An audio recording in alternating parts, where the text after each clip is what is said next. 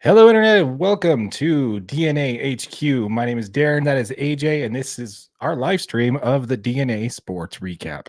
How's it going, AJ? I'm doing good, buddy. How are you? I am doing well, once again, folks, if you're watching this live on YouTube, we want to hear from you folks out there. So feel free to go ahead and drop where you're watching from where you're watching in the comments down there. We'd love to interact with you guys during the show. We have a couple of things that we're going to be going over today on this episode, but feel free to chime in and let us know where you're watching from, what's on your mind, so we can chat about that.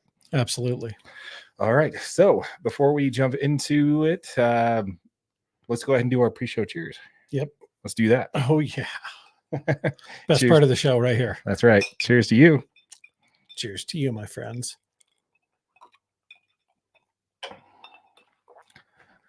I'd be sad when that bottle's gone, man. I know. I really like this one. Yeah, this is good. I like it. Yeah. I like it. All right. So let's go ahead and talk about, what we came to talk about today.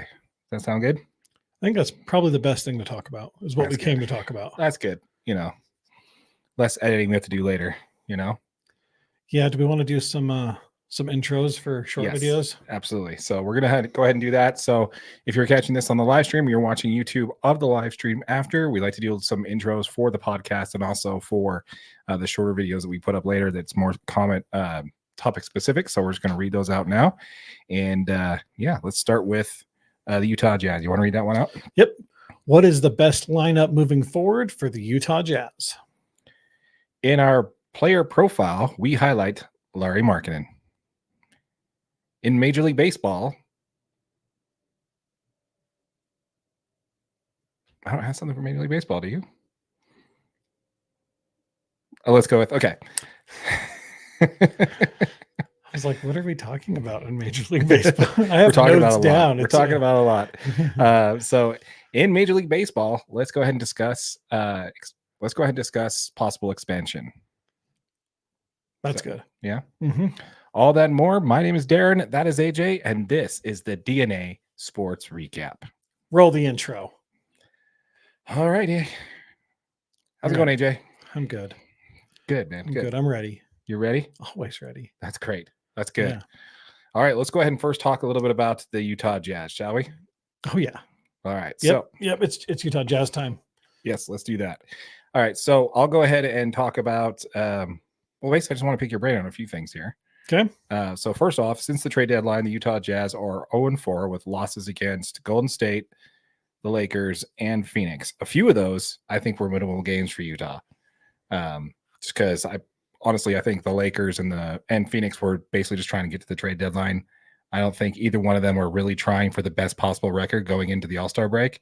So I kind of felt like the Jazz could have had a shot at winning at least one of those two games. Well, and I feel like they played a really competitive game against Golden State as well. Yeah. Especially, I think they're wanting to win games though. They're trying to win. Absolutely. They're trying to get into the top six, and I think they have the talent to do so. But anyway, so I feel like they left a couple on the table there. Now we mentioned in a previous episode about how the Jazz are repeating exactly what they did last year, trading away all their contributors that were helping them win games and keeping them in the playoff hunt.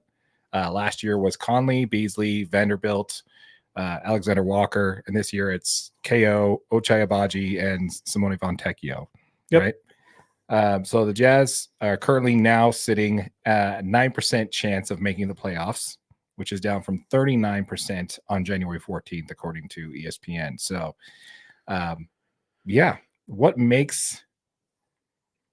with this Jazz current roster structure, what is the best lineup the Utah Jazz could put out on the floor right now going forward? Well, I mean, I think one thing to look at when you're talking about the current structure is, well, let me back up a little bit, because when you're saying that their chances have drastically dropped, anytime you lose 4 games in a row, your chances are just going to drop, right? Right. So all the Jazz got to do is get back into this thing, win a couple of ball games. They're not too far out of that 10th spot to make a play in. And I think that they have the talent to do this. They've got some lineups. They don't have a ton of possessions together yet, but I've got a few lineups that have some good data behind them. Okay. That are actually kind of promising. And as long as the Jazz can show up and get these groups of people on the floor at points, I think we got a chance. So first lineup, It looks a little bit like a starting, but they haven't been starting Clarkson, so that's going to kind of tell you that they're not. Right. And actually, so I'll start with that one. So Keontae George, Colin Sexton, Jordan Clarkson, Lauri Markkenan, and John Collins. Those 5 players have played 70 possessions together. Mm-hmm. They are a plus 5.2 in those 70 possessions. I mean, this is a high-powered offensive, 5 group of guys, right? They score 1.32 points per possession, and then they only turn over the ball on 8.6% of possession. So they offensive rebound the ball really well, they score the ball really well, and they get to the free throw line. So these guys have done it. These 5 guys went on the floor together, and it's very limited minutes. It's only 70 possessions, right? Because when you go in and when you go into any of the analytics and you take out rotations with KO or Simone or Ochai, it leaves you with very few possessions to actually pull from. Right. So, but those guys are a plus 5.2 in the 70 possessions they played together, which is promising, right? Mm-hmm. So now a much smaller size, you take Keontae off the floor and you replace him with Chris Dunn, they actually get even more productive. They go to a plus 12.9. So they score the ball even more with Chris Dunn distributing the ball. Mm-hmm. They score 1.37 points per possession, and they're a much better defensive unit because they only allow 1.24 points per possession, which is fantastic, right? So these guys, there's a chance, you know what I mean? Because you take Keontae off the floor and you got Chris Dunn out there, and really Chris Dunn's the starter. Right. You're going to see Chris before you're going to see Keontae. So that plus 12.9 looks a little bit more like our starting lineup, right? Minus Jordan, obviously. Right. So the best lineup that the Jazz currently have with Lauri and Keontae off the floor is THT, Chris Dunn, Jordan Clarkson, Taylor Hendricks, and Walker Kessler. They've only played 31 possessions together, but in those 31 possessions, they are a plus 25.9. And they only allow 1.03 points per possession, which is crazy great defense. Okay. They can still score it, right? They got Chris Dunn. Right. Facilitator. But the problem is you then have the THT problem. Yes. Yes. And I think I made my point on THT kind of clear on this. I think he's a great player. I think he's the Coors Light banquet beer version of JC.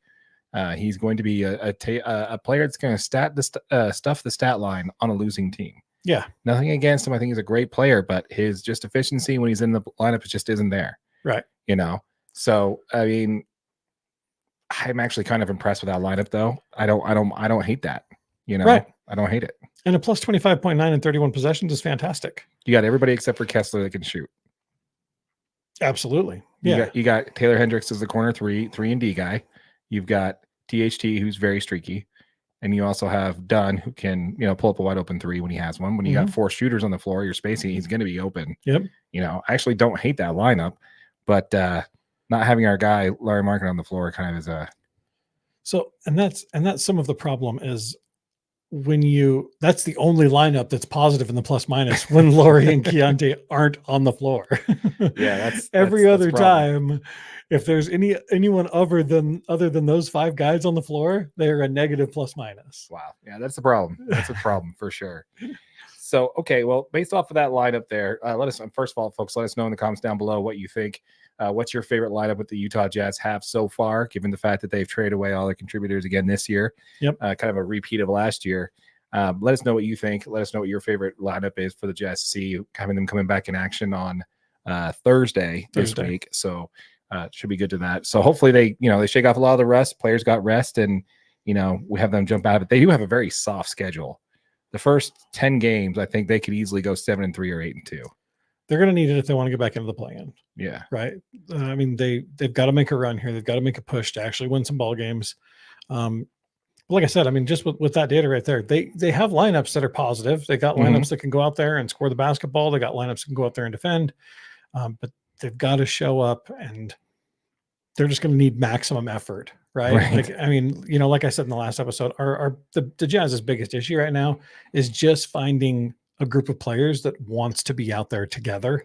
Right. Because it doesn't feel like that lately. No, it doesn't. And I can't blame them. This is the second year in a row this has happened to them. When they feel they got good momentum, they're getting chemistry together, and then boom, half the players, the contributor gone. So, yeah. So with that said, obviously, Will Hardy is definitely the type of player players type of coach that isn't going to be wanting to take an L just to improve draft, where the draft pick is, right? Yeah. So they're going to play to win, and he's going to be pushed to get in the playoffs. That's going to be his mindset going forward.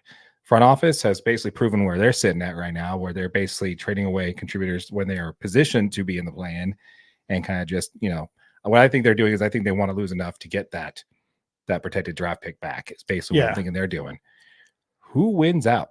Because this one's not going to be on the fans. The fans aren't going to win out on this, but who wins out on this? The front office or Coach Hardy? Who do you think is going to get this? Are they going to get in the 10th spot, or do you think they're draft bound? My opinion is Coach Hardy wins this one, just because you have 15 players on the team that also want to win. Mm-hmm. Right? I understand the front office wants to lose some games. They're okay with doing whatever, but their portion of this season's over.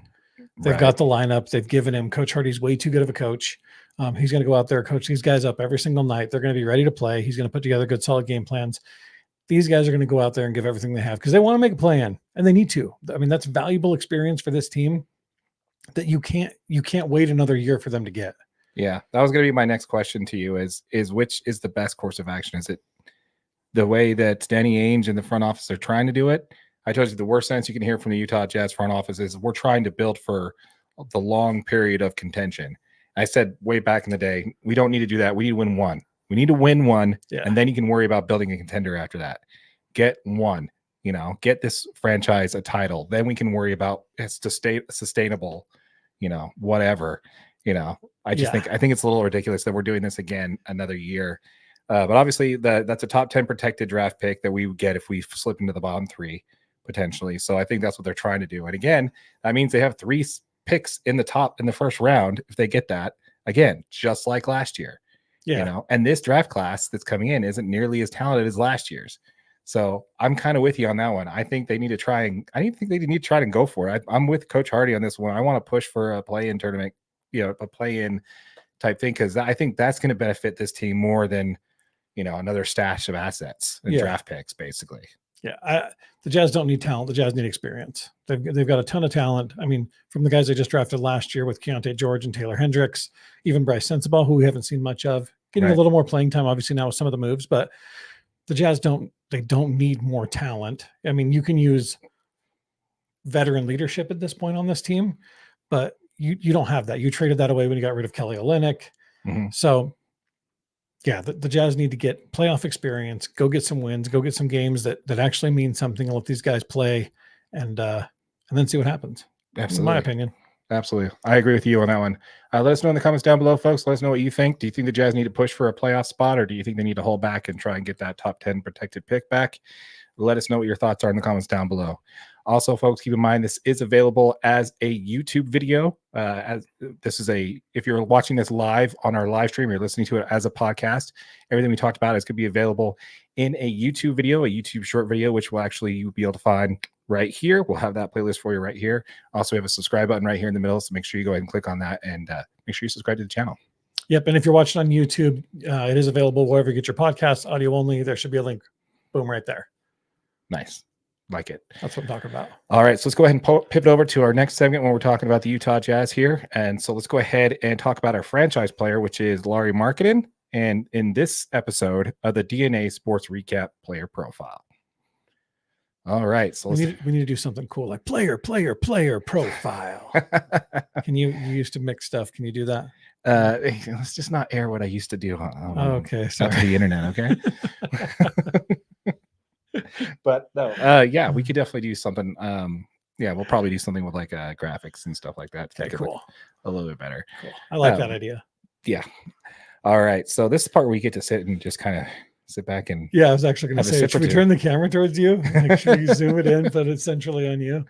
Yeah. The problem is I'm going to have a lot of look up, look down. So we'll see how that goes. But guys, let me know how I do on this one. Let me know if you're watching this live. He's got a lot of notes to rip through. Yeah, we got a lot here.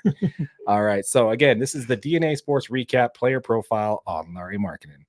Lauri Markkenan was born in Vantaa, Finland on May 22nd, 1997. As a young player, Lauri's basketball journey started Lauri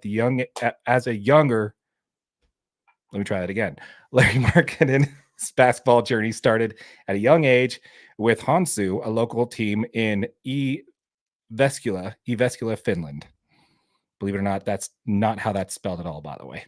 I had to look that one up. But anyway, so the early years laid the foundation for his future success.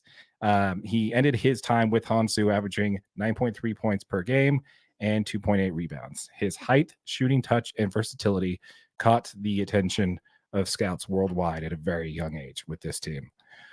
Markkanen continued his development by playing for HBA Marksi from 2014 to 2016. It's a team that is the Finnish second-tier league.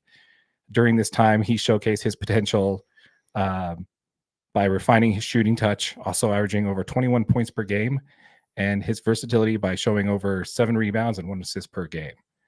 In 2016, Lauri Markkanen made the decision to head to Arizona. The Arizona Wildcats head coach, Sean Miller, recognized Lauri's potential. Sean stated on Larry, "I will put him up against anybody, not just a freshman, toe-to-toe, the quality of player that he is. I don't care if he's Russian, China.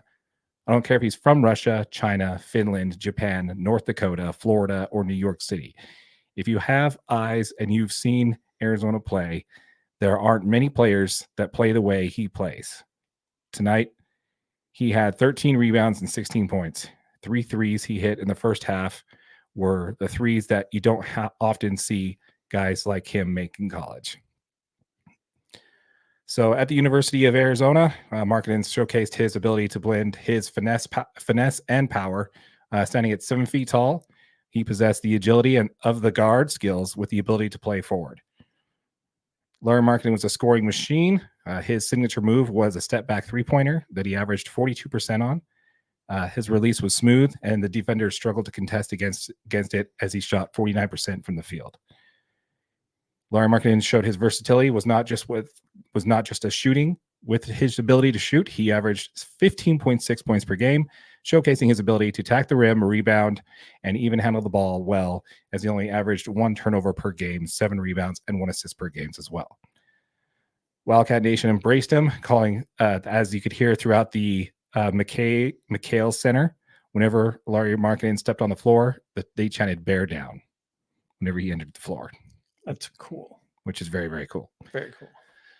So next, we're moving on to Lauri Markkanen's journey to the NBA. So in 2017, he was drafted by the Chicago Bulls with the 7th overall pick. He became, as a rookie, his rookie impact was electric. He averaged 15 points, 7 points per game. He averaged 36% from 3 and 43% from the field on 29 minutes per game. His best season with the Bulls was 2018 through 2019, where he averaged 18.8 points per game, 9 rebounds per game, 1.4 assists per game. However, his minutes did drop with the addition of Lonzo Ball and DeMar DeRozan. The Bulls traded him to Cleveland that offseason. With the Cavs, he would play on average 30 minutes a game, averaging 14.8 points, 5.6 rebounds, 1.3 assists per game. He was included on the Donovan Mitchell trade, sending him to the Utah Jazz. Larry's nickname, the finisher, is well-deserved. His points, he finished plays with finesse rather than just dunking on people, hitting a fadeaway, shooting from behind the arc. And the Utah Jazz and with the Utah Jazz, everything was about to change. But more on that in just a minute. How are we doing so far? You're doing excellent. Okay. I'm intrigued by the story. There's a lot of reading. The FIBA star emerges. So in 2022 FIBA Eurobasket, Lauri Markkanen showed the type of player that he can be. Traded from Cleveland to the Utah Jazz just hours before Finland's Eurobasket campaign started. The Utah Jazz were keen to see Markkanen in action on what on what he did was basically unforgettable. He leading the team on a run to the quarterfinals in 7 games. He played on average 20.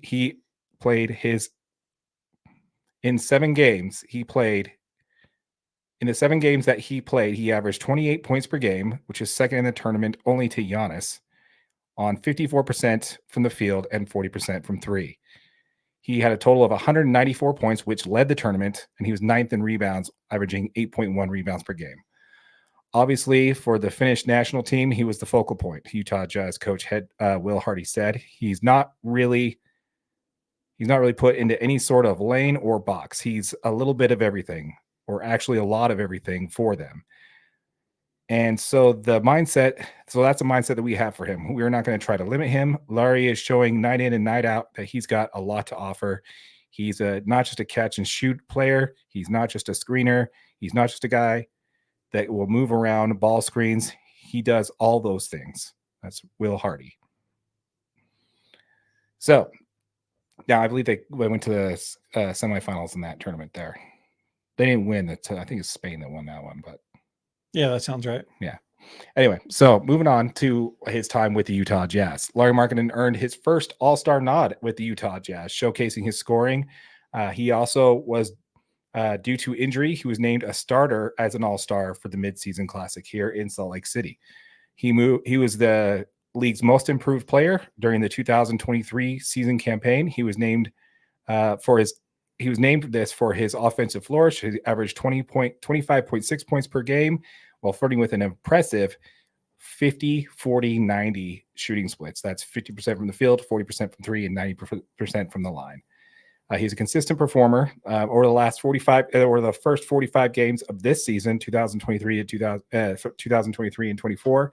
Markkanen's maintained an impressive stat line of averaging 23.4 points per game, 8.4 rebounds per game, 1.9 assists per game, with a field goal shooting of 49.9% from the field, 40.4% from three, and 88.5% from free throw line, giving him a player efficiency rating of 22.21.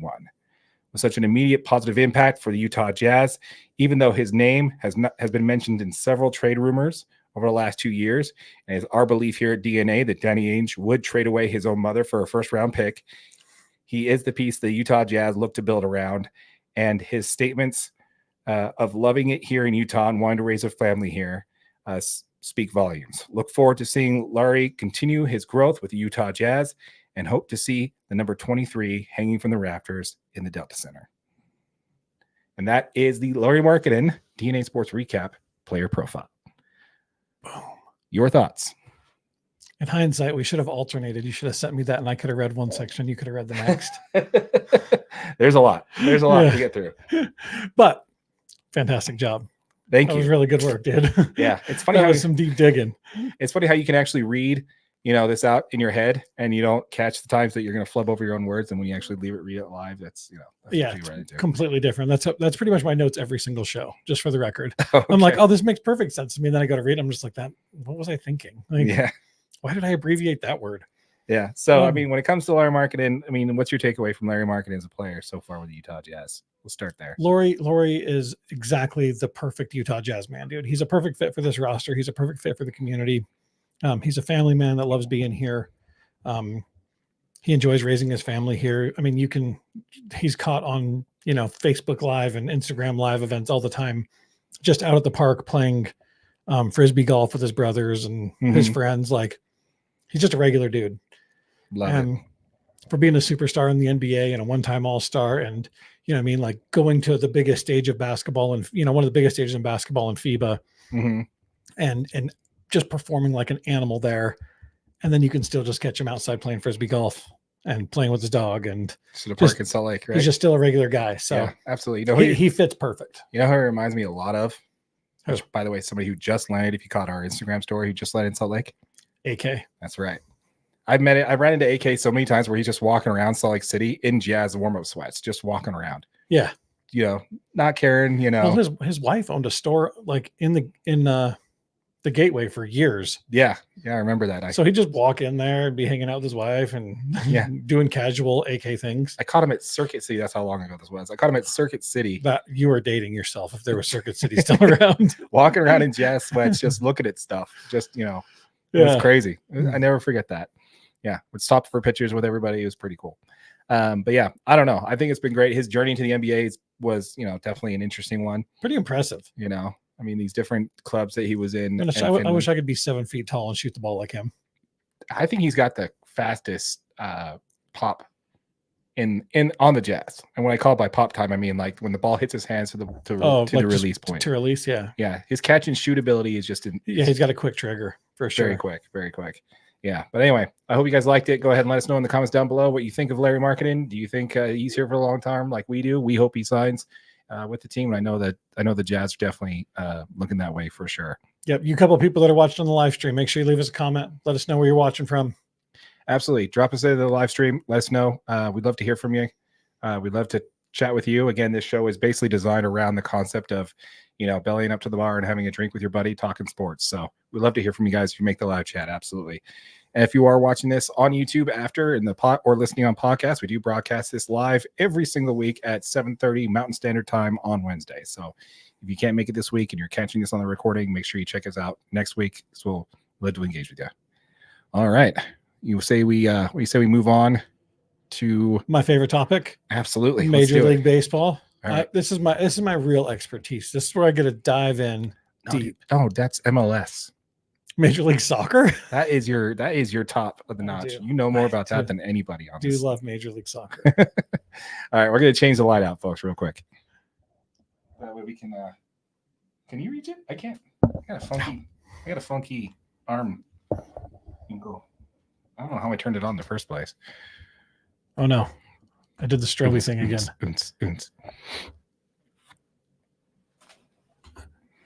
There we go. There we go. I like it. There we go. Light blue. We're in. Let's do it. All right. So do you want me to lead in this one or do you want to lead in this one? Changing that light. Never mind. What's wrong? We just look different on the camera with that since I changed the light. That's weird. Yeah, it does though, huh? It does. It does.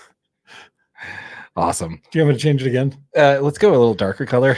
I think it's too bright. I think we're getting backlighting. There we go. There we go. There we go. We'll take the golden color there. That was weird. Yeah, that's very weird. All right, so let's go ahead and talk a little bit about Major League Baseball. There are a few stories that we do need to recap on this week. So first of all, Thursday, tomorrow, Cactus League games start. So spring training is officially here. Teams are playing. And we'll get into a bunch of stuff that has implications on that. But first, let's talk about Rob Manfred. He announced that he's going to be retiring in 2029. Do you want to take the lead on this? Do you want to introduce it? Or yeah, I mean, I got the same note. I mean, yeah. So Rob Manfred announces he's going to retire January 25th, 2029. Roughly 5 years left from about now. Mm-hmm. He's making roughly $25 million per year right now. Rough. That's rough. That's rough.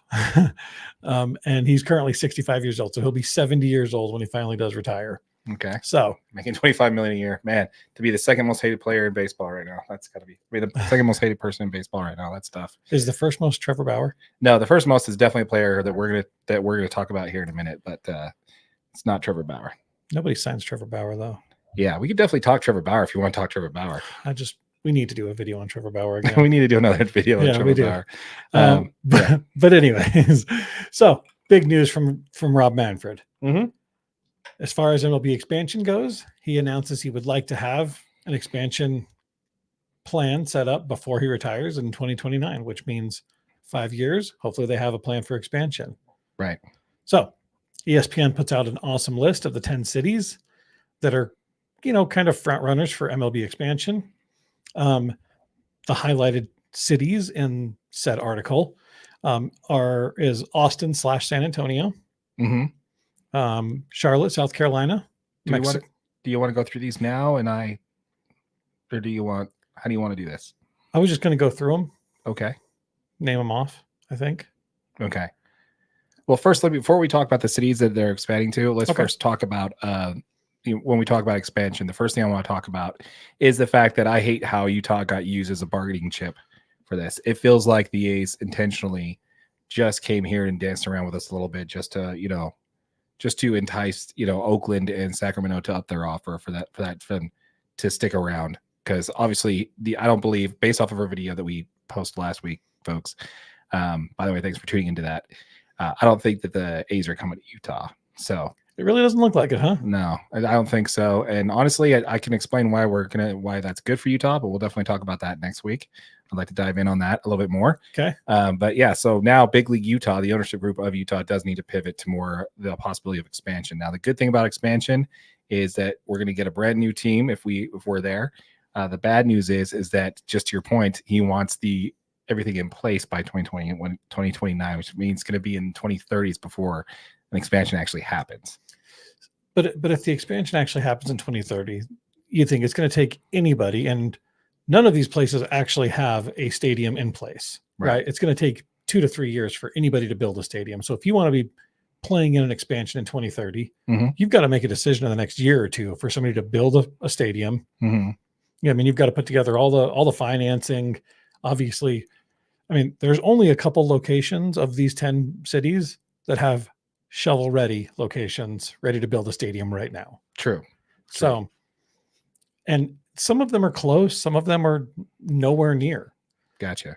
Okay. And that's one of the things that we need to talk about, right? Perfect. Okay, so let's go ahead and you break down the list there by ESPN on the top 10 places for expansion. We'll kind of dive into them each individually and kind of go from there. Okay, perfect. So and these are just in alphabetical order for the record. They're not any kind of ranking. Don't get mad, there's folks. no ranking. Yeah. Austin, San Antonio area, they were combined on the list. They're obviously pretty close to each other relatively. Charlotte, South Carolina, Mexico City, Montreal, Nashville, Orlando, Portland, Raleigh, North Carolina, San Jose, California, and Salt Lake City, Utah. Nice. It's pronounced Raleigh, by the way. Raleigh. What did I say? Raleigh? Yeah, a little bit. Raleigh. I'm from Utah. That's how we say things. I like it. All right. So out of that list, who do you think that you can immediately get rid of? Which ones are the ones that you're like, no, that's not going to work? Or should I go through that? No, I mean, I have some opinions here. I mean, I think the one you can immediately get rid of is San Jose, California. And the biggest reason there is they still have territory rights with the Giants. And in that area that they've been trying to fight for years to try to get a team, and they've never broke through it. Chances are they're probably not going to. They have a huge TV market rating, right? They're number 10th in TV market rating, and they've got a huge market. I mean, there's 1.398. Yeah, but the problem is there's already 2 teams in that area, and the Giants own part of that geographical location already. You can fight as much as you want. You're not going to. You haven't got through it yet. Why would we believe that they're all of a sudden going to make the Giants fold part of their territory? Yeah, to put a team there. Yeah, I would eliminate any California teams. You already have. There you go. You already have 3 teams in California. Yeah, exactly. You got the Giants, you got the Dodgers, you got the Angels. You don't need another team. They cover the whole state. Yeah, you don't need another team. Yeah. You know, you got San Francisco for North Carolina, you got LA and Anaheim for South. You don't need another team in California. Yep. The other team that I would immediately eliminate would be Orlando. Right. Purely based on they don't have a place to put a stadium. Still, there's potential areas, but I mean, all the teams in Florida already keep struggling, right? Yeah, you'd have to build a dome for that place too, because if you've ever spent time in Orlando, you know that when it rains there, boy, it rains. It comes down quick, and that would flood a field really fast. You'd have to build a dome. And the same problem with California. You already have the Tampa Bay Rays. You already have the Florida Marlins. The Miami Marlins. So you already have 2 teams in Florida already. So I think you can get rid of Florida too. Yep. Now, the 2 that are tough for me are Montreal and Mexico City. They're obviously not in the U.S., but Montreal has, they had the Expos before. Right. They're called the Washington Nationals, who are actually just up for sale. So yeah, I doubt that's going to be a strong market that they're going to want to go back to. Same reason why they probably won't go back to Oakland is because, they're not going to go back to a failed franchise city. Right. A place that, and whether it was ownership or whatever may have happened. Right. No offense to Oakland A fans. Okay. Keep in mind, it's not about the fans. We understand Oakland fans. We understand that ownership failed you. Okay. But the fact is you've tested that market. You were unsuccessful. You moved to a new market. Exactly. Mexico City's an enticing one, man. I mean, that is a massive market. Massive. 9.2 million people in the area, 21.8 in the metro area. That is huge. Yeah. This is one that I think is a huge competitor for me. I think Mexico City, I mentioned before that we'd probably get 1 in Mexico and probably 1 in Europe, probably like in London or something like that, if they wanted to expand internationally. So I do think that Mexico is definitely a possibility. The one thing that you mentioned before, though, on this before we talked about it, is that stadium, the elevation is worse than Coors Field. Yeah. Like way worse. Right. So you think, which is really weird because the Dodgers threw a combined no-hitter there in one of their regular season games where they played down there, which is interesting. But and they do have, they have a minor league stadium that seats roughly 20,000 people there, right? But that's not big enough for everyday MLB games. No. So they would need to find a new location and build a larger facility if they actually got an MLB expansion team. It's just not big enough. Yeah, fans from Mexico, let us know in the comments down below what that area is. I think I've heard a few things that they actually had to have armed guards surrounding the stadium because it's not exactly in the best place either. So super sketchy. I think I've remember that. Not that the South Side where the White Sox plays any better, but definitely let us know in the comments down below if that stadium you think is going to be worth it to renovate to get to an MLB team, or do you think they'd have to start all over? But to me, that's the real threat there for would be. That is Darren's dog. Awesome. He's angry. But yeah, definitely let us know in the comments down below there what you think about that. Now, the other ones I think we can get rid of is Austin and San Antonio. You already have 2 baseball teams in Texas. You have the Rangers and you have the Astros. So both of them have won World Series in the last couple of years. You don't need a third team down there, I don't think. But again, a huge metropolitan area, right? I mean, both those areas are 2.4, 2.6 million, in one city, which is more than Salt Lake has in all of the metro area. Right. So, but their TV market, both of those TV markets are worse than Salt Lake City's, though. Exactly. So yeah, and also when we talk about Salt Lake City, you're not just pulling in Salt Lake City. You're pulling in from Wyoming. You're pulling in from Idaho. You're pulling in from basically kind of the Intermountain West, pretty much everywhere except for Colorado. You're gonna, and even same place you got Jazz fans. Exactly. So I think you can't just look at the market and think there. Who else we got on that list? Raleigh. So I think the North Carolina option, I think that's a good one, but I don't think that's likely. I think the most likely one back east, the one that's going to get the team back east is going to be Nashville. I think that's a done deal pretty much. Yep. You'd be foolish not to go there, I think. Yep. They do not have a stadium yet. There is some land near where the Titans are building their new stadium. They're in Nashville, but there's a chance that is the most likely one to probably get a team, I would say, would be Nashville. Yeah.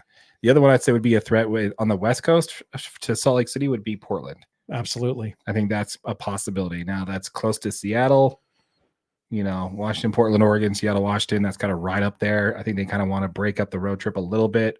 Maybe have something kind of in the middle. So I still think Utah has the upper hand there, but I do think Portland has a good shot for sure. Yeah. And these guys already do have a place for a stadium, right? They've already got some land. Like they've got 164 acres already owned by one of the majority owners of one of the other major league teams there in Portland, right down the road from Nike headquarters. Yes.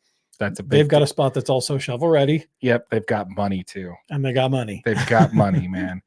All the money they dump into Oregon, the football team in Oregon, you have a Major League Baseball team there. Oh my goodness. Yep. So Portland's going to be a tough one. Yeah. Right. I mean, we're obviously both cheering for Salt Lake City, which is the 29th in TV market rating. Mm-hmm. They've got 199,000 people in Salt Lake City, period, and then 1.26 million in the metro area. They do have a stadium, obviously already picked. They've already picked the Power District. It has been claimed, quote unquote, shovel ready. Mm-hmm. Right. The area is ready. They could, as soon as MLB expansion goes, they're ready to begin digging and putting up a stadium immediately. Big League Utah has been adamant, man. They're trying hard to make sure they push and get a team here in Salt Lake City. Absolutely. And I thought that was super awesome. They try to get the A's there, but we'll definitely talk more about it next week on why I think it's a good thing that the A's aren't coming here. But yeah, more to come on that. We love covering this, folks. Let us know what you think in the comments down below. Based off these 10 teams from the article from ESPN, these 10 locations, where do you think the best teams are, the best cities are for the teams? And also, who's the biggest threat to Salt Lake City to get those? We do kind of already all agree that Nashville's getting one of them, and that's the East Coast, right? Yep. So the West Coast team, because they want one East, one West. Who's the biggest threat to Salt Lake City on that side? Let us know in the comments down below for sure. Do we want to break that and put it into a different segment? Do our video walkout on that one? Yep. Okay. All right, folks, keep in mind if you're listening on our podcast or you're watching live on our podcast, this is available on YouTube as a YouTube video short, everything that we covered today. If you would like to see other videos on MLB and the possibility of Major League expansion, there's going to be a playlist listed right here. Be sure to click on that. There's also going to be a subscribe button right here in the middle. Make sure you click on that subscribe button so you miss out on any of our future videos. Yep. And if you're watching on YouTube on one of our short videos, just make sure, remember, the whole episode is available as a podcast. You'll probably miss some of the stuff we talked about in this particular episode. There should be a link to that right there. Absolutely. Let us know for sure. Now, okay, so let's go ahead and pivot over to some additional points on Major League Baseball, shall we? Yep. Now, on the concept of relocation, did you hear the news about Arizona? I didn't. So it's been so the Arizona Diamondbacks ownership group is trying to get some additional money from the city to renovate their stadium. Okay, I have seen some of this because they've been moving that team around a little bit, right? The Diamondbacks? No, they've been in the same location ever since expansion they got there, built the pool and everything. Oh, that's right. That's right. Okay. So they're trying to get some money to renovate their stadium now. A lot of what they're saying is that while they're exhausting all available options to work with the city, it's not off the table that they would consider relocating. Really? The ownership came out and said that during a press conference. So, that's not a good look when your teammates makes it to the World Series. You just had the highest payroll. You just committed to the highest payroll that you've had in your team's history, and you are not on the same page with your city to get development money there. So that'd be interesting. So one thing to look forward to is potentially, one of these. We all talk about expansion, but there's just as easy for a team that's either in Arizona or somewhere else to move to Salt Lake City. So we'll see. We'll take it however we got to get it. Yeah. What you really got to do, baseball owners, you got to look at the Rockies, ownership group. They are never competing, yet they're always in the top 16 in attendance every single year. They show up out there. They show up. I've been to a few Rockies games in my life, and they are always packed. It's crazy. Yeah. Got to follow their method to success out there for sure. Not necessarily on the field success, but definitely in success for some. That place is making money though. Exactly. All right, so let's go ahead and pivot over to Anthony Rendon. Did you see any of his comments lately? I did. Okay, I did. So he just likes to spark some controversy, doesn't he? Yeah. So remember we talked earlier on Anthony Rendon where he was saying things like, we covered him last year actually in a short where we talked about swiping at a fan. It's one of the first shorts we did on the channel. Be sure to check it out and see what we talked about there. But he also had some comments in that year where he'd say no habla inglés today, or I'm on the IL, so I'm technically not here. He just refused to answer questions to the press. Yeah. And now we're kind of getting a good idea of reason why that's probably a good thing. It was probably a better idea for him to just not say anything. Absolutely. What did he say? Do you have him? So instead, he comes out while being So I mean, again, he's been a subject of controversy for the last couple of years, right? He's had his things, and recently in spring training, he says, when asked about, but when being asked about baseball in general and how it ranks, he says, it's never been a top priority for me. This is a job I do to make a living. My faith, my family come first before this job. So if those things come before it, I'm leaving. I don't know. What do you think about that? I mean, this dude just signed in 2019, signed a 7-year, $245 million contract. Yeah. So it's not like and he's a great baseball player, right? Mm-hmm. Great baseball player. The fact is you have to shut your mouth. You are a professional athlete that gets paid to play a children's game. Yeah. Let's talk about one of the comments he made on a podcast earlier last month, where he talked about when they asked if there's one thing he could change about baseball. Did you hear what he said there? No, I didn't see that one. He said the season's too long, man. It's 162 games a year, 185 days. And that's the part that I want to mention. If you have a Major League Baseball player that's counting down not how many games there are in the season, but how many days he's obligated to play, obligated to be involved, that's telling of a player. But here's the thing about Anthony Rendon when it comes to that. We always say that we want transparency. We want honesty from these players. And when we get it, we don't like it, or we run them through the mud for it. Right. Well, there's transparency and there's being professional though. True. You know what I mean? Like at this point, you're not even being professional. Like to take it to that level where you say that this is just a game. You know what I mean? Like this is just a job. This is just a job. Like, yeah, dude, you are one of the most uniquely talented people on the planet, just being a professional sports player. Mm-hmm.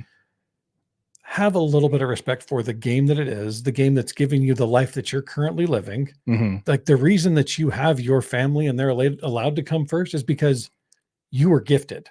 Right. Right. You got lucky. Right. Have a little bit of respect for the game. Have a little bit of respect for all these players that are coming up, doing everything they can, putting in all that work that you had to put in too, to just try to make 1/10 of what you're probably going to make in your career. Yeah, absolutely. And when it comes to the transparency part of it, we talks about the season being too long. He needs to shorten up. Keep in mind, since he signed that contract with the Angels, he's averaged 50 games a season. So he's probably one of the, talking about the season being too long. I don't know where he's getting that from because he hasn't been in a full season since he's been in an Angels uniform. Let me ask you. So, while some of this stuff, like, let's talk about what he said. Is baseball a top priority for a lot of these guys? Probably not. It's not their highest priority. Anybody who says my family, my faith comes first, obviously that's a lot of players. Even Clayton Kershaw said that before. It's faith and family first, right? He said that before. And he's not the only player to say that. He's not also not the only player to think it. He just isn't the player that should say that. Because after only playing 50 games a season for the last 3 years. And again, only playing 50 games a year, saying that the season needs to be shortened. He's not the only player who thinks that. And while it all may be true, he's not the player to be saying that. Right. So while everything he said is probably true and everything he said, it may be 100% honest for him as a player, he is just not in a position to be saying these things. Yep. If he was any other player that didn't swipe at fans at an early game last year, get suspended, refused to talk to the press, refused to show any effort. Trust me, we shared a short on Instagram about how Shohei Ohtani refused to even engage that he was sitting next to him on the bench. Yeah. Everybody in the locker room is going to know he's obligated to, family, faith, but the people he needs to be obligated to is the front office for the team that's cut his check, and also the players in that locker room. If he's not giving his 110% out there, he's got to answer to those guys. Yep, and be available, be on the field, go out there, give it your all while you're out there, because I'm not a Halos fan. I haven't seen a whole lot of this guy play, right? Like, obviously I don't cheer for the Angels, but I bet you it probably shows in every single game that he plays that he doesn't care to be out there. I guarantee it. This guy is a World Series champion from 2019, and the Dodgers and the Angels were both going hard after him. And when he in his introductory introductory press conference, he said why he picked the Angels over the Dodgers, and he said, "Well, I'm not part of that Hollywood. I'm not into that whole Hollywood thing." And every Dodgers fan probably is happy that he's not, because this was definitely not a player we wanted on our team for sure as a Dodgers fan. But yeah, I think that's pretty interesting, man. We want transparency in the media, and then we blast people for doing it. I think that's kind of one of the things that we need to kind of take in. You wanted him to talk. He talked. He gave you an honest opinion, which is what you wanted. And then you guys blast him in the media for it.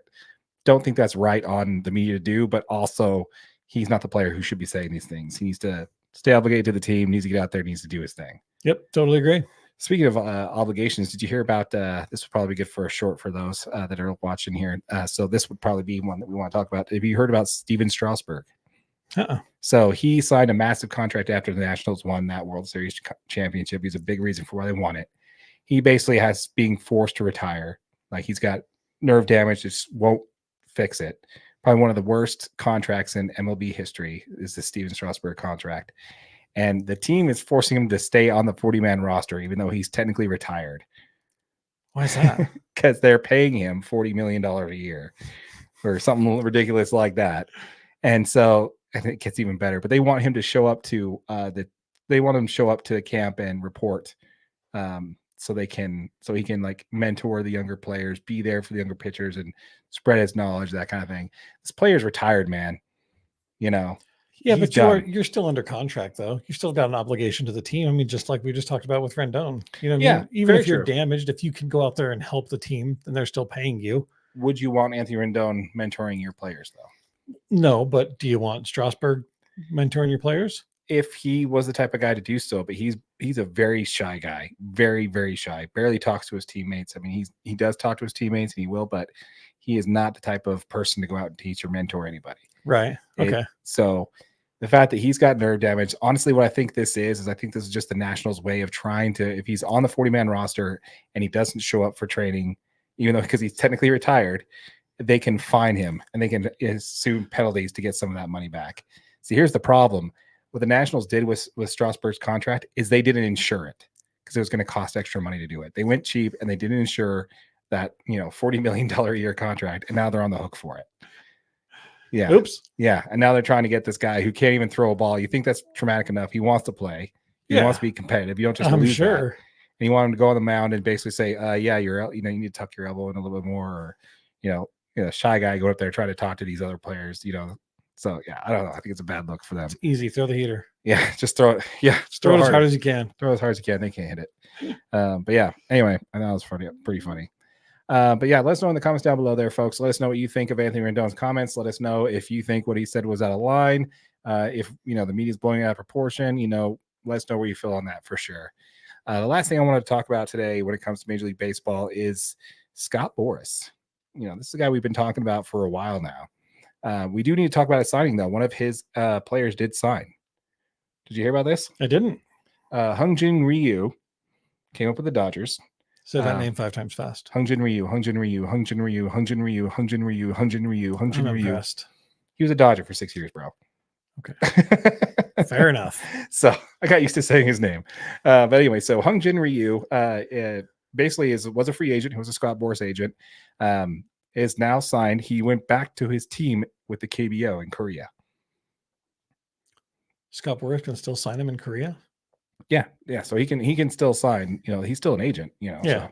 But yeah, so instead of signing with a major league team, because there apparently was no market for him here, he took the money, went back to his home country in South Korea, and is going to be play for the team he came up with the KBO.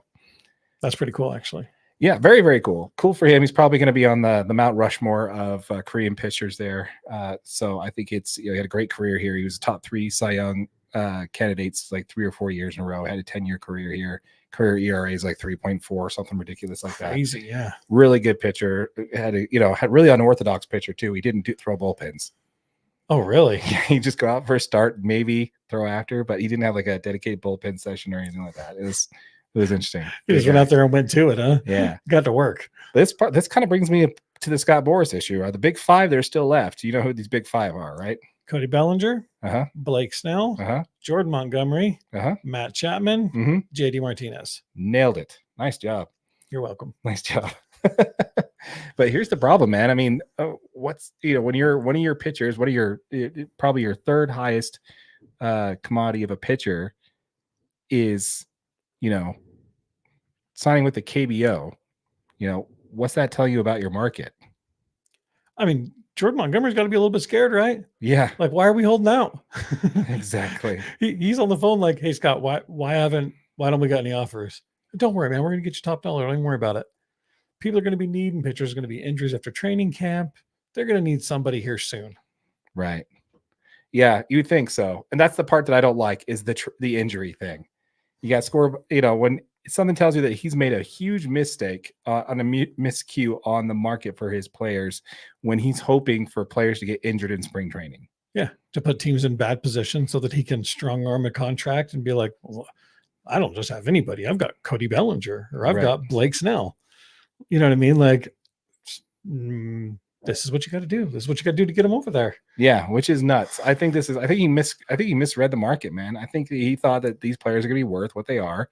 And I don't necessarily think it's collusion among the owners, like we talked about in the NFL back in the day for Lamar Jackson when he got franchise tagged and no one would offer him anything. Right. Nobody watched that video, so don't worry about looking that up. But no, please don't. But I think it's something similar, man. I just think that these owners are just not going to do what they did last year. I mean, look at Carlos Rodon. He signed this massive contract with the Yankees, was hurt all year. Trevor Bauer's massive contract. Look how that worked out. These players are not willing to sign. Go Trevor. Yeah, these players are not willing to sign these massive contracts. These teams are not willing to commit to these massive contracts anymore. These players, because they haven't panned out well. So when Scott Boras tries to run it back and did the same thing that he did last year, this year, I think he substantially overplayed his hand a bit. Yeah. Oh, I'm sure. I mean, you got to think like at this point, teams know exactly what he's trying to do. Mm-hmm. Top dollar, long contract, and get somebody tied in to go somewhere. And these are all high dollar negotiations, right? Like this isn't just getting a pitcher that, I mean, none of these players are ridiculously young. Like Jordan Montgomery's 30, isn't he? Yeah. You know what I mean? So like, it's not like he's not like he's an up and coming star. Like he had a great season last year. Right. But he's on the tail. You're not going to sign him to a 10-year contract. No. I think he's looking for like a 7 or 8 year deal. which puts him all the way to the end of his career. Right. So I'm 100% with you there on that. The Yankees have rumored to offer Snell a second shorter term deal, although there's a lot of pushback on that. That was actually Boras releasing that information himself to try and force the teams that are in on it to start upping their offer. And so it's been disputed, but according to sources there are 3 teams that are in on Snell, and that's the San Francisco Giants, the Angels, and the New York Yankees, all 3 of them there. See, the problem is the teams, anybody who's going after the Yankees are in a unique position where they are in the top of the luxury tax threshold. So basically, if they were to sign Snell to a $30 million contract a year, $30 million a year contract, it would cost them $60 million a year. Right. Because it's $63 million, the 110% tax for going above on that third threshold. And that's basically what they'd have to be doing to get Snell. Not worth it. Yeah. So the fact they offered him a 6-year, $150 million contract, that's probably the best they're going to be able to do. Yeah. Yeah. But what's funny is the Angels have $50 million in available cap space right now. They could technically sign both Snell and Montgomery and still not be in the luxury tax. Yeah, and then you just get rid of Rendon's ridiculous contract. And you're good to go. Nobody's picking that one up, dude. Nobody's touching that. One of the worst contracts in baseball. It is the worst contract for an active player right now in baseball. Is Anthony Rendon's contract. But yeah, some of the other ones there are Matt Chapman and JD Martinez. JD, he's just a DH, man. And there's just 30 teams out there. Most of them already have a DH or are just going to use it as a rotating position for other players to get people off their feet, off the field. So I'm surprised his market isn't bigger because he had a great year last year. But I think the first one to sign would be Matt Chapman. I think he the Giants say they're done. They're not really going to sign anybody else, but I could see him signing with the Giants or potentially signing with, I see either the Giants or Royals. Ooh. Telling you. Yeah, but we don't talk about the Royals on this channel anymore because nobody watched that. So. Good point. I don't know, man. But what do you see happening? Game starts tomorrow. The pitchers are going to be the worst off. They still have to ramp up. Some of these players like Belly, his best fit is still going to be with the Cubs. I don't think the Blue Jays are in on him. I don't know. What do you think? Yeah, no, I mean, I don't know enough to actually tell you which ones I think. So, I mean, we've talked about Bellinger. I mean, from what I read, chances are he ends up back. Re-signing with the Cubs. Mm-hmm. I think Jordan Montgomery ends up re-signing with the Rangers. Yeah, they said that they can't really do anything right now until they get their TV deal situated, though. Yeah. So, but take a short-term deal, I guess. I think he wants to stay there, though. I think that's true. I think he does want to stay there. I don't think he wants to go anywhere else. If he does go anywhere else, it'll be like a shorter-term deal. Yeah. Maybe the Astros swoop in and pick him up. I don't know. I think it'd be interesting. Yeah. But yeah, I don't know. Let us know what you think, folks. Do you think Scott Boras hijacking the offseason here and trying to keep these players, under thumb until the spring training is underway, like he did last year with a couple of players? Yep. Let us know what you think in the comments down below. Is Scott Boras being a little bit too greedy? Does he need to, accept lesser offers or open it up to some other options? Let us know what you think down in the comments down below. Also, folks, if you are watching this live on our live stream, or if you're watching this on the podcast after, we do cover these subjects in a little shorter terms and a little shorter subject videos that you can see in a playlist. Everything that we've talked about in the MLB will be in a playlist right here, so be sure to go ahead and click on that. We also have a subscribe button right here in the center. Make sure you click on that to subscribe to our channel so you don't miss out on any of our future videos. Yep, and if you're watching on YouTube if you're watching on YouTube on one of our podcasts, or watching one of our short videos, the whole thing's available as a podcast right here, audio only, wherever you catch your podcasts. Absolutely. With all that said, my name is Darren, that is AJ, and this has been an episode of the DNA Sports Recap. Till next time.